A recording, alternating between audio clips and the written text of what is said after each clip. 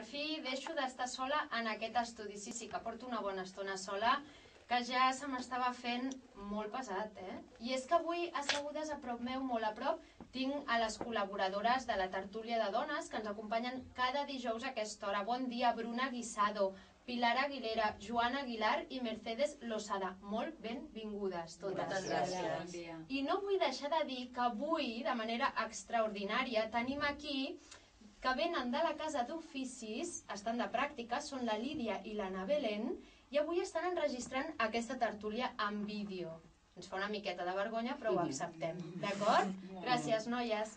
M'agradaria que comencéssim la tertúlia d'avui parlant d'un tema que potser d'entrada sembla que afecti només les dones, però que en realitat esquitxa a tots els que conviuen sota el mateix sostre. Parlem del repartiment de feines a casa.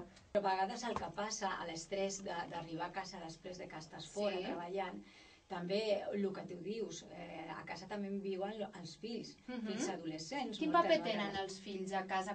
Bueno, jo no sé quin paper tenen a l'hora d'ajudar avui en dia. Jo penso que poca cosa, però potser que els responsables siguem els pares, no? Probablement. A l'estrès també et ve a vegades perquè què et trobaré, no? He deixat els meus fills a casa i què et trobaré quan arribi a casa.